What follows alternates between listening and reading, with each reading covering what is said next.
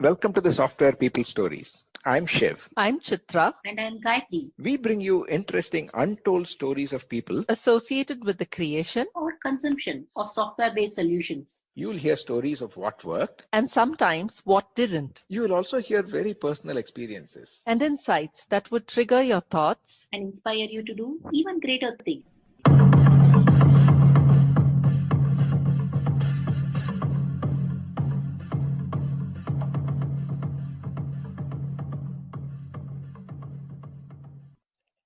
Welcome to this episode of the Software People Stories. My guest today is Smita BS. In her over 17 years of career across multiple industry verticals, she has played various roles. She talks about the advice she got from one of her mentors about not drawing self-imposed boundaries and how mentors played a great role in nudging her to take on new responsibilities and always providing guidance. She also talks about how she got an opportunity to experience a production issue related to code that was developed by her team earlier, and her transition to a leadership role when, possibly overnight, some peers became members in her team, and how she learned the importance and the art of delegation when one takes up increasing responsibilities. In all this, how not to be stressed when taking on more responsibility and juggling the load on work as well as at home with two kids, and how she finds her personal balance. And finally, her advice for new entrants to the IT profession, and many more points that we cover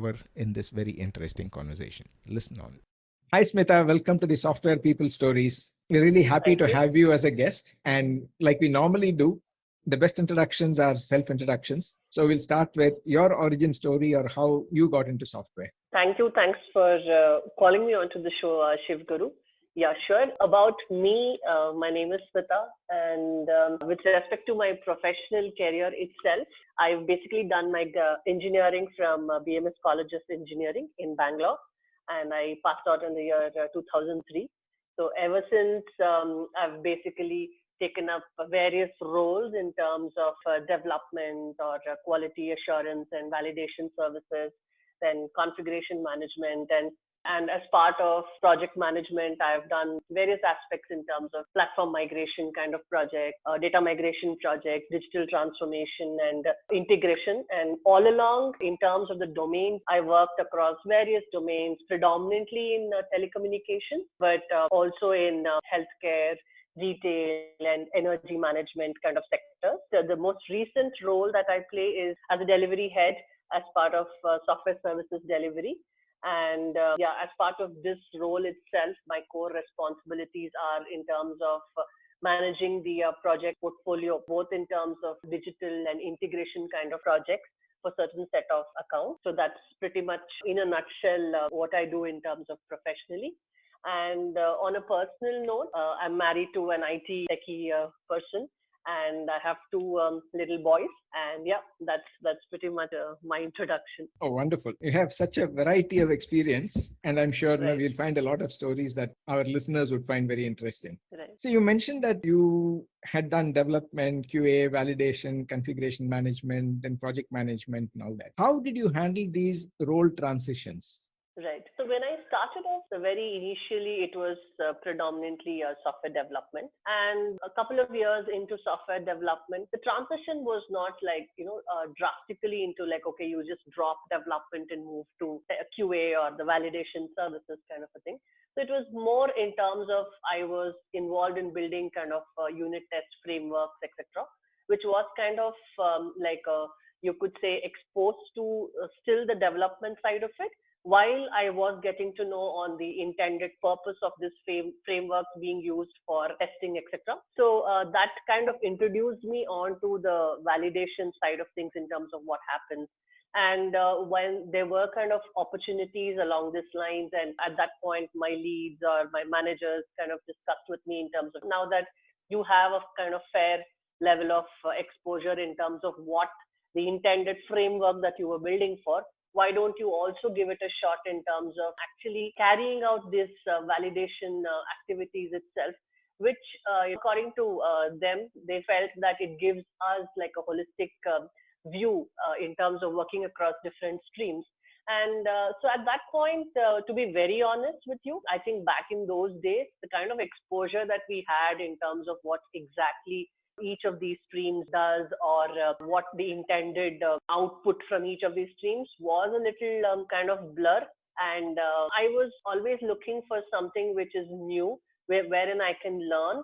And if very initially, at least the first 4 5 years, when my leads or my managers would tell me that, I think, you should give it a shot at something like this, I kind of readily took it on. And as long as I enjoyed doing it, I kind of made sure that, I give it my 200% to kind of get into the role. And, obviously it's not easy. When I have done operations roles as well, and the kind of shift from, across these streams that we see, it's never easy, and it requires a lot of commitment and effort from my side as well. But luckily, I've had good mentors who took me through this journey, and wherever there were gaps, they kind of assisted me. They showed me the path in terms of, this is where you need to improve on, this is what you need to do.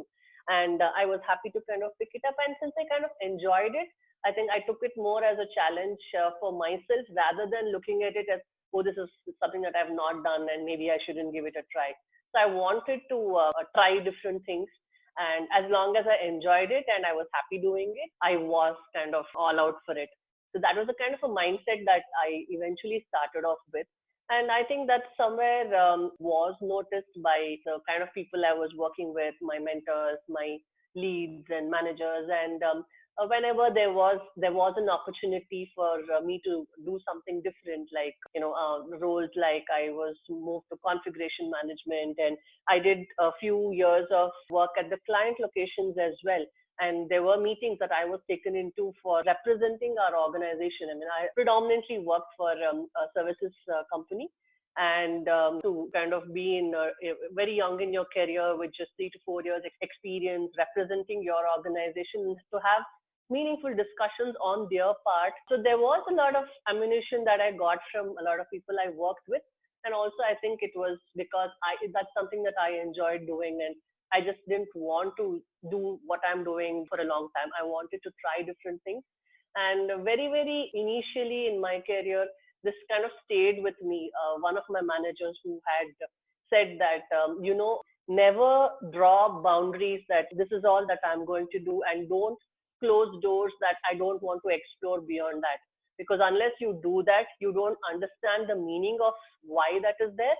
And also, it will not give you that holistic view of anything, which is going to be useful for you, say 10 years or 15 years down the line. Like if you have to manage a project, if you are a technical architect or an enterprise architect kind of a person, you need that broad view. You need that understanding of what happens all around, not just one aspect of it.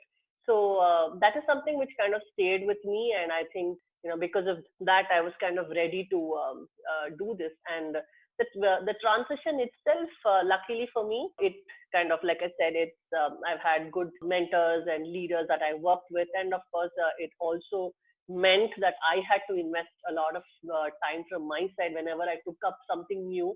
I think that fear of failure, that I don't want to fail, kind of drove me to put in a lot of effort in terms of making sure that I don't disappoint the people who've actually offered me this opportunity, kind of a thing. Wow, Smita, that's a wonderful attitude and a great message for the listeners about not drawing boundaries around yourself and also always looking for something to learn. Now, related to that, while you were learning and you were taking on these new roles, were there any more of funny incidents that something that worked in your previous role, when you tried that in a new role, didn't, or had a, say, unexpected effect? Funny incidents. Yeah, I mean, I'm sure I've had a good laugh at different times. But to actually think of it in terms of when you are, I think the very simple things is, actually, especially when you are in your initial career, if you are working as a developer and you see there is an issue on production and stuff like that. So it's always convenient to say that it's the production support people say it's the problem with delivery or the developers, and the developers will say no, the testers didn't do this properly. So funnily enough, so I was a part of a team, and it so happened that the module that we had developed, and there were some issues with respect to when it was rolled on to production and as part of maintenance phase. And at that point, I'd had a transition on to one of these support roles where I was involved in production support, and I was working on a shift. And so that the kind of mentality that obviously when the whole team is like, oh, there is an issue, you don't have to look further into it. You just pass it on to the development team because it's their headache and it's not ours, kind of a thing. So I did that only to realize that okay, I was part of the bigger team which actually delivered these kind of modules. So it was something that I can laugh about it now, but I think back then it seems a little funny to me now that I was actually pointing fingers at a team when where I was actually a part of and kind of implementing it. But back then is what I was working with a certain set of leads and who actually told me that again kind of re-emphasize this message of don't draw boundaries saying operations is only going to look at this and not beyond it, kind of a thing. So if there is a problem, until the problem is solved, whether the solution lies with you or not, it's also your responsibility to make sure that you get to that solution. So that's kind of those were the days, I mean, when we were kind of like trying to work together. And when when it is a services industry, you also work with a lot of interfacing systems which are delivered by different vendors also. So one of the managers had actually told me, be it within your teams or cross vendors, it is very important that you don't pass the buck. You have to make sure the issue is raised against your team, whether it's sorted at your end or not. But it is important that you stay on top of it until it gets resolved. So these kind of funny things back then, but there's a lot of lessons learned from it, which I kind of have helped me, I think, shape up my career. And also these kind of lessons learned is what helps me passes on also to my teams or the people that I work with in terms of telling them how they need to stand up to issues and how they need to work towards finding a resolution rather than just passing the buck, kind of a thing. So this is one of the things that I could recollect, but yeah, I might need to think really hard to. It's been close to like 17 years now, so the most part of I think the funny side of it was like the initial few years. So one of the stuff that I can remember is this. Wonderful. In fact, those were some questions that I had based on what you said. I'll come to that. But before that, talking of transitions, some of the examples that you gave are all from one technical role to another. So how was the transition to being a project manager or a leader when probably somebody who was your colleague or a teammate till the previous day, now suddenly you are their leader? Yes, yeah, that is something that I have experienced, and that is also something which is very very difficult to kind of deal with. I mean, I think when perhaps I was one of the team members and who had my peers growing up to be a leader, in terms of how I dealt with it or how I kind of accepted that. And obviously, you have that when you are all professionals and there is some sense of healthy competition across the people. There is this tendency to feel like, oh, you know what, like, why him or her and stuff like that. So I knew that kind of difficulty would be there in acceptance when perhaps I moved up to take up that role. And I did have many situations like that. And I think I took the onus on me to make it, to kind of make sure that I have to not show the being a project manager is what it is a role. It's not that I have to kind of enforce my power or my decisions forcefully on people. So I wanted to keep it like with a lot of space given to people. And of course, most of the peers that I was working with were already playing roles of technical leads or architects kind of roles. And just because I took up the role of a project manager doesn't mean that my equation with them had to change. So I think with a couple of difficult team people, because you always have different kind of mindsets of people that you need to deal with. So there are people who are very easy and they don't really let such things affect you, but there are people who the slightest kind of such recognition or such kind of role, they start treating you very differently. So I told myself that the onus is going to be on me to kind of make it work. So I kind of had my own way of like, I tried to keep it. I didn't change anything about the way I would hang out with them or kind of the rapport that I kept with them. And It could be simple things of like going out for regular coffee and tea or lunch breaks with the same group that I used to hang out with and all of that.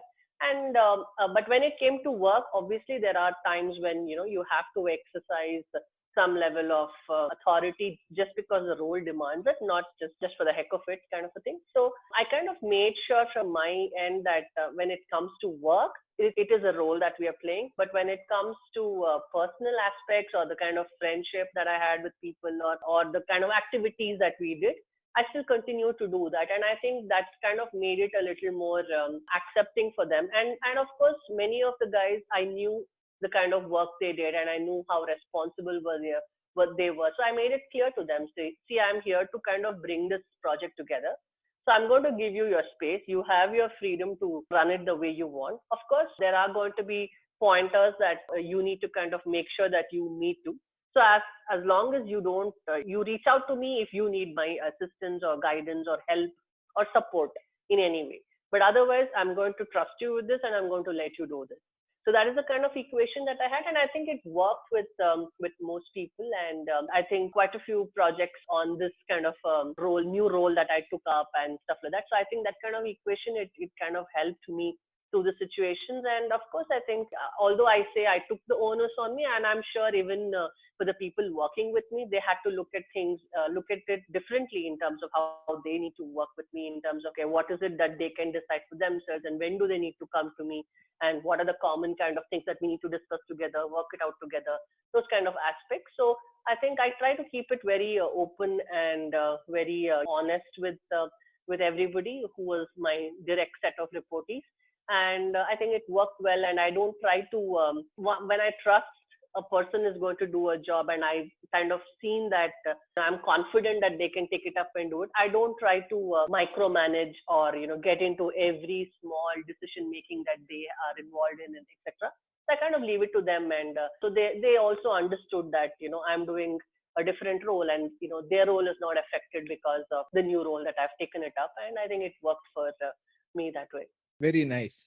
But this transition from an individual contributor to a leader, how did it impact your time management? Yeah. So I think very initially when I started slowly moving from, of course, to, I didn't directly jump from an individual contributor to a project manager. So I was also doing a project lead kind of a role, which was more like a technical lead kind of a thing for a small set of team of 3 to 4 members before I started taking up the bigger role. So one thing, one of the managers that I worked with, the moment I took over this role of leadership, so there were a lot of things that I still would do. I was very kind of hesitating to delegate. So I thought that I have to be on top of everything. I have to review everything. I have to make sure everything that comes out of my team is perfect with absolutely as much as possible with the minimal issues. So I got myself involved in way too many things. I will be honest that I did struggle initially when I took up this role. And of course, that was quite visible to my managers as well, because I was spending long hours just because by nature as well, I like things to be very meticulous and I want things to be perfect and I don't want to let down my team or my manager. So I have that kind of a mindset, and because of that, I really pushed myself to make sure, okay, I will involve myself in this. And so although there were new people who were actually taking up that role, I was reluctant to give this out to them. But I think one thing that what one of my managers at that point told me is that if you want to grow in your career, you have to also learn to let go and trust people who are working with you. Of course, you should have kind of defined checkpoints or milestones wherein you're going to sit and review. It's not like, you delegate and forget, but you cannot get yourself involved in everything. So I started listing out the tasks that I was doing at that point, and I started looking at, okay, and I mapped it role wise, actually, who should be doing all of this. And I realized that almost 50 to 60% of the tasks that I was doing, I can actually make sure that I make other people responsible for it. And I can have the regular checkpoints to make sure I measure that it's going the right way. So I started doing that. And I really, really have to thank my manager at that point, because she invested so much time in me to help me through this. It's not that I did this just by myself. So she would ask me questions like, okay, list this out. So who do you think has to do it? Who is, when I say who, in terms of role. So she used to ask me these kind of questions, which would make me think as to, okay, let me sit down, let me break it down, let me look at giving the ownerships to who should actually drive this and how do I measure it. So these were questions which were asked by my manager, which helped me to kind of break this down and look at like a stepwise thing. And I started slowly stepping away. Okay, this I'm going to leave it to you. I made it very clear. Expectations were very clearly set that these are 1, 2, 3, 4, 5. These are things that you're going to own it. You're going to ensure that this is going to be done, and there is going to be a checkpoint on this day or at this point, which we are going to sit together and review it to make sure that this gate is passed. So that kind of breakdown of activities and mapping it to roles and how do I measure it? Where should the checkpoint be? So I think that really helped me in terms of this transition to take the management role. And also by doing this, I feel I also empowered my team to do their roles effectively. And obviously, when you give ownership to a person that I trust you with this job, get this done, I think every individual feels more accountable to get it done effectively.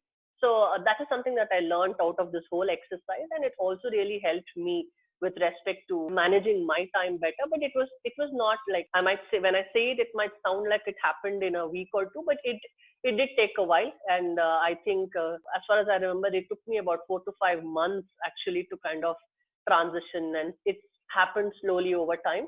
But yeah, I think I got the right guidance and the right kind of questions were asked to me, so which helped me put together a plan on how I could manage time better and also make my time available for the things that were set as expectations to me as well.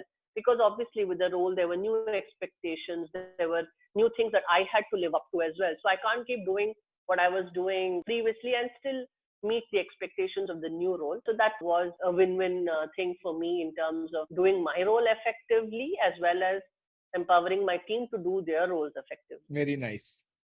Your personal transformation came through very clearly. You also mentioned a couple of things about learning to let go and empowering the teams. Yeah. And earlier, you also mentioned that you take anything very seriously, you put in all your efforts to learn, and you don't want to fail. Yeah. So were these either causes of stress, or after you started letting go, do you see a change in the stress levels that you go through? Stress is like, again, I think it means differently for different people. But for me, actually, I think in terms of, I wouldn't say working long hours is equal to stress.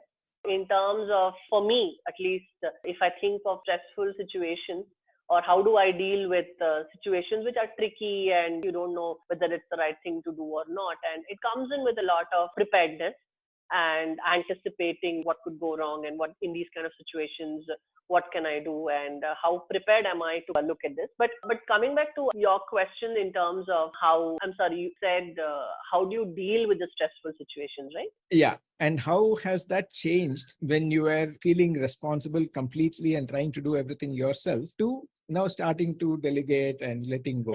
Yeah, right. So in terms of when you are trying to do everything yourself, what is more worrying at that point is that in an attempt to do everything by yourself, you are not able to perhaps give your best to the absolute expectations of your role. So that is stressful, or that is, it is there at the back of your mind that I'm not doing enough for the role that I'm playing. For example, I moved into a project manager role. And when I obviously, before I moved into the role, there was a lot of discussion that happened with my managers in terms of what would be the expectations of the role. So I clearly knew what I was signing up for, what I'm supposed to deliver, what is expected out of me. And in this, before I actually looked at passing on the responsibilities and making people more empowered in their roles when I was trying to do everything. So there is this constant thing at the back of your mind that you're not doing enough for the role that you are supposed to do. And you know it. I mean, you know that what you're going to be measured against. And if you're not doing it, it's very, very clear to you that you are struggling to meet the expectations of the role. So that was in terms of, I wouldn't say stressful, but definitely worrying that perhaps I'm not ready for this role and I'm not doing it right. But with, like I said, this exercise that we did, and in terms of the guidance of my manager, that I kind of came up with a plan, broke it down, empowered the teams. So obviously, once I did that, I could give more time in terms of what my role demanded, and I started in terms of the outcome. It also became visible to the managers and visible to me that okay, this is what I want to achieve in 3 months. This is what I need to do for my team. This is what I need to do for myself because I also had career progression objective set, which was both in terms of skill upliftment and new things that I have to learn as well. So that obviously when there's a lot on your plate, especially the personal progression goals take a back seat because you think, okay, I can do this later. Let me first sort out this thing with respect to this project and all of that. But what starts to suffer is your learning objectives that you have, perhaps certain new skill training that has been planned for you. All of that starts to kind of struggle. So I started making time for all of this consciously. And I was able to do it. I mean, I started managing my time better and it became more fulfilling in terms of seeing that I'm able to deliver to the expectations of the role. And the team is also happy because they are empowered with their responsibilities that they've been offered to. So I think that I could see that difference from the way I managed as soon as I took up the role and with all this change in empowering the team, how it started being visible in my own progression, in my own role that I was able to do better. You mentioned the skill upliftment and also your own career growth, etc. And while you made time, what sources do you depend on for your own development? Yeah. So typically how it works in the organization that I have worked is basically you have like a segregation of goals which are set for you in terms of there are core goals which is more in terms of what your role demands you to do. And there are also goals which are beyond your core responsibilities and in terms of like say additional value that you can deliver. And it's not just quoting the goal that you need to deliver, but also in terms of support that you need. It could be learning, it could be trainings, it could be, I don't know, certain workshops or seminars that you need to attend, etc. So this is something that we kind of draft for every year. And personally, I do it for myself as well in terms of, okay, I'm getting into, for example, like, until 5-6 years back, I hadn't worked a lot in integration space. I mean, digital transformation. So you would have heard of like microservices and APIs and stuff like that. So that was something new to me like 6-7 years ago. And so in terms of when a role was discussed with me that might need to get into something like this, what we came up together along with my manager in terms of the knowledge gaps, in terms of what is it that I need to work on. Be it, so the sources were like there are a lot of internal kind of courses which are available for us. And we have our own learning portals wherein we can actually get a lot of materials and assignments, hands-on kind of activities as well. And there are also a lot of trainings that we organize for the entire team or even for the managers, like technical trainings, which I signed up for. So we have a training calendar which is published, and you can sign up for the trainings which are relevant to you or what you want to take it up. So that is something that is organized with the training department, and I signed up for stuff like that as well. And of course, within your own team, like within my own team, I had a lot of technical architects, etc., who are extremely good in this space. And I tried to make the maximum out of it, and in terms of having conversations with them, in terms of having sessions from them, like we conducted workshops conducted by these guys, and I arranged for it and brought in people together so they could give as much as possible. So it was multiple things. It was in terms of subscribing for these kind of training materials within the organization that we have, plus actually conducting trainings and workshops on this. And we used to also have, on a lighter note, we used to have fun things like we used to arrange for a quiz, and we used to have competitions in terms of if it is something with respect to coding and all of that, with use cases or problem statements which were relevant to that. So I kind of took it together like along with my team, and I tried to make it a little more interesting for everyone, because I think there's so many new things, new trends that are coming up, and it's important for not just me, but everybody in the team also to be kind of more aware and understand better or implement on these things on, because we kind of work with our customers as partners, and we have to work with them in terms of working along with them for their customer strategy in terms of what it needs to be technically, business wise, etc. So if we are not able to upskill ourselves, it's very hard to have meaningful conversations with be it customers or your own teams. So I kind of made it a lot of it as a group learning initiatives as well. So a lot of these kind of things, programs we picked up for our teams and for my own plan drawn for skill enhancement as well, and worked on it like quarter on quarter, what I need to achieve. Very nice. Now, moving away from work a little bit, as a mother of two young boys, I don't know how much time you get, but how do you relax? So, yeah, the good part about kids, I mean, however hard, I've had a long day or I've had a stressful day and a lot of things happening at work. So I was able to completely like get home and I spent time with the kids, and I was just able to completely drop that part of my day and completely just playing silly things with my kids, or for a couple of hours. Could be a simple game of like snake and ladder or ludo or something like that, but just spending time with them, I think it really, having kids, I mean, my elder one is like 7 and the younger one is 4. So about 7, 8 years back when I did, I mean, after my son was born, I joined back after when he was like 8, 9 months. So I was very, very apprehensive in terms of how will I manage. And you always have that constant guilt at the background, saying at the back of your mind, like, am I doing the right thing? Should I be with my kid, or I should go ahead and try and manage both? But thankfully for me, I had a great support system, and with my parents lived close by. So, the kids were in safe hands when I was at work. And although I used to have long hours at times, but I made sure that I spend at least an hour or two with the kids, playing with them and reading, or it's simple kind of stories that he would say about what happened in his school or in his daycare and stuff like that. And I would tell him stories about in a way that he can understand, of course, in terms of what happened at work and some funny incidents. So just having those kind of conversations and playing silly games with the kids, it itself was completely like a big de-stress element for me.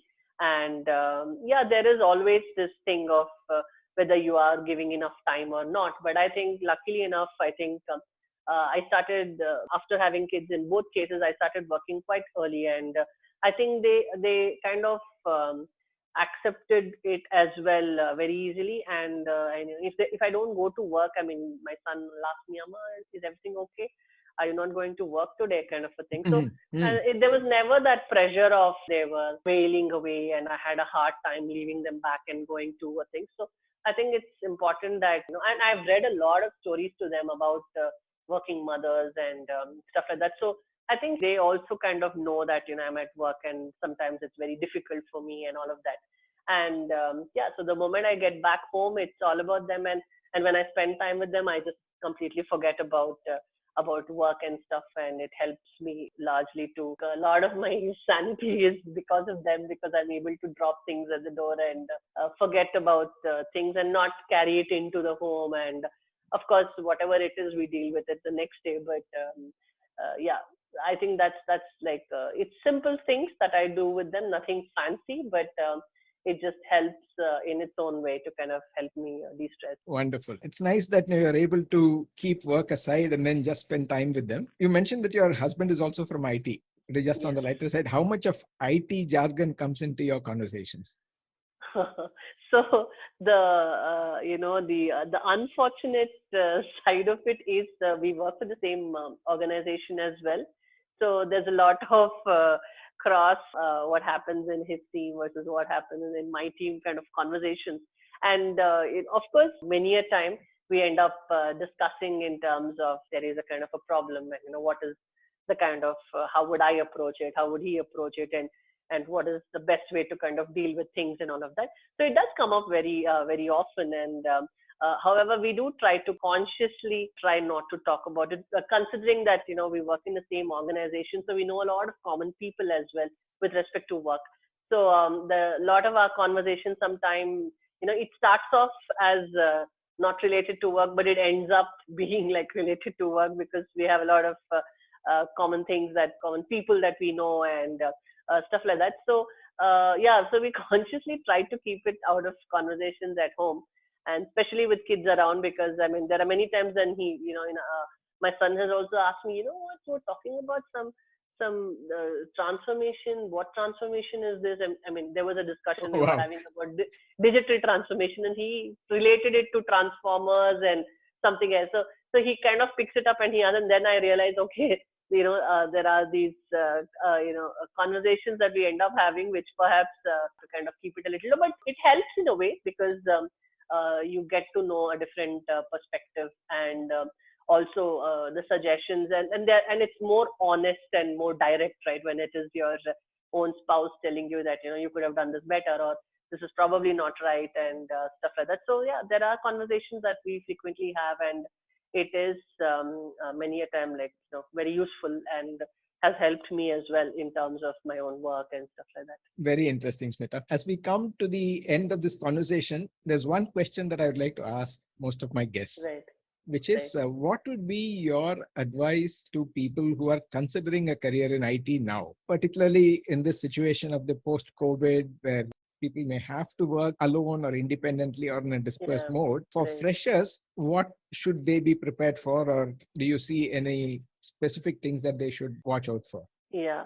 So I think from having worked with freshers over the years, and while most of it freshers, at least for the first few years, mostly work in the physical location or the office location itself. I do see that there is a large ownership that they have to take it on themselves because I think culturally, the at least the kind of recent years, the last 5 to 6 years, of course, I can't generalize it but I think culturally itself, there is so much of a change in terms of how the freshers nowadays take it on and I mean, how seriously they take their job, or they prefer being told, do this, and that's all they will do, not beyond that, or the exploratory nature of trying to find out more, or that being more is something that is, I see as it's a bit lacking. Of course, I can't generalize it. There are definitely set of some percentage of people who still have that in them.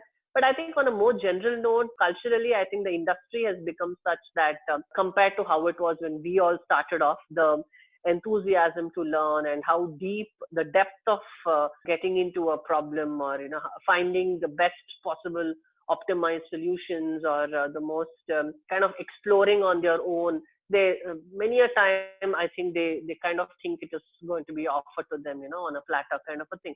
But considering this situation, I think my message to the people who are seeking a career in IT, especially the freshers, I think they have to take a lot of onus on them in terms of learning, set like measurable kind of targets that they need to achieve. Yes, there will be kind of a roadmap, a kind of a direction which is given by whoever is conducting the training or the mentors or etc. But the ownership of being honest and giving your 100% to it and making sure that there are measurable outcomes they define for themselves that they can actually achieve, and making sure that they're committed to whatever task they pick up, because I have also seen that this generation sometimes gives up very easily, and they try for a couple of times and they say, okay, this is not happening and I need help. But I remember when I started, my lead and my mentor, he told me that don't come to me if you don't have at least 5 possible ways of solving this problem. Right? He never told me he won't help me, but he said you have to come back to me with at least like these many ways of solving this problem, and I will tell you which is the best way to do it and why. Right? So it really, I think, nurtured the way we think and made us what we are today. But I think today I have seen like many of the youngsters, they try once and also today information is so easily available. There's so many blogs and forums you subscribe to, and there's a lot of information that is offered to you as well, which was not so easy back then. I mean, the access to that kind of forums and all were certainly limited compared to how it is today. And in spite of the fact that all this is kind of available, and they can reach out to these kind of things as well in terms of finding alternate ways, etc., I feel that they kind of give up easily. So I think honestly trying things on their own, it's okay if they need to understand it's okay to make mistakes. Nobody is going to learn without making mistakes. And we've all done that. Like I have made blunders in making different choices or in implementations, missing requirements early part of your career, or even now. I mean, we all make mistakes and learn. So just to make sure they clear an assignment and they meet the percentage that they need to. They don't need to just like understand stuff at surface level and just kind of replicate it and get through. They need to make sure it's okay if they make mistakes, but they learn from it, and they understand the concept, they understand the technologies to the deepest possible, and they shouldn't fear to ask questions when they are making mistakes as well. That is something that I see is people don't ask enough questions. Either they are scared, or I never, for me, whenever I conduct any session and when people don't ask questions, I will never know if they didn't understand or they really understood it so well that they don't have questions. So because we were back in those days, we used to ask a lot of questions. I mean, there were times when our mentors would say like, okay, we're going to have a half an hour time for ourselves when nobody is going to ask any questions, because that many questions, everybody, I mean, it's not Okay. just me. I think culturally, everyone were like that. And everyone was like, everything that we kind of learned, like, why like this? Why not that? Why not an alternate approach kind of a thing? So these days, I feel that is significantly reduced in terms of the kind of asking the questions. Either they fear asking or they don't have any questions. Or they think it's okay, we'll just sit through this and we'll reflect it on later and come back if there are any questions. I have no idea. But I think that fear has to go, and they should ask, not hesitate to reach out to their mentors, even though they don't physically see them, or they're sitting at their homes, or because in general, I think every person is happy to help only if they are asked for. Nobody is going to go out of the way and try to help you if they don't know you have a problem. So I think the onus should be on these freshers to reach out for help when they're stuck. Take ownership of giving that commitment, being honest. Because I have also heard a lot of people, they're saying, oh, we are working from home, we are freshers, so there's not going to be much work, so we can chill and post some Instagram stories, and we can just while away time. But I think this is where you make or break your career, because the foundation is being built now, and that foundation has to be really solid. Be it technical skills, be it your attitude, your approach, the professionalism, the discipline, everything is going to really impact the kind of person they will be 15, 20 years later. And it's so important that all of these aspects, they kind of make sure that although they're sitting at home, they need to be committed, they need to be honest, they need to take this on and reach out when something is not clear. And I think be serious about whatever assignments are given to them, and make sure that it's done on time, they pick it up on time, and not just be laid back just because nobody is monitoring them because they are at their homes. So I think that self-driven attitude has to come into the to everyone, to make sure that they find themselves in a better place in future. Very well put, Smita. That's about all the time we have for this conversation. I'm sure we'll have an opportunity to talk something more. Particularly, one of the themes that we want to explore in the future is IT couples. That's going to be a fun conversation. Once we are a little clearer, we'll get back to you on that. Sure. So thanks a lot for being on the show. Thank you, Sivaguru. Thank you for calling me, and it's a pleasure talking to you, and always has been. Thank you.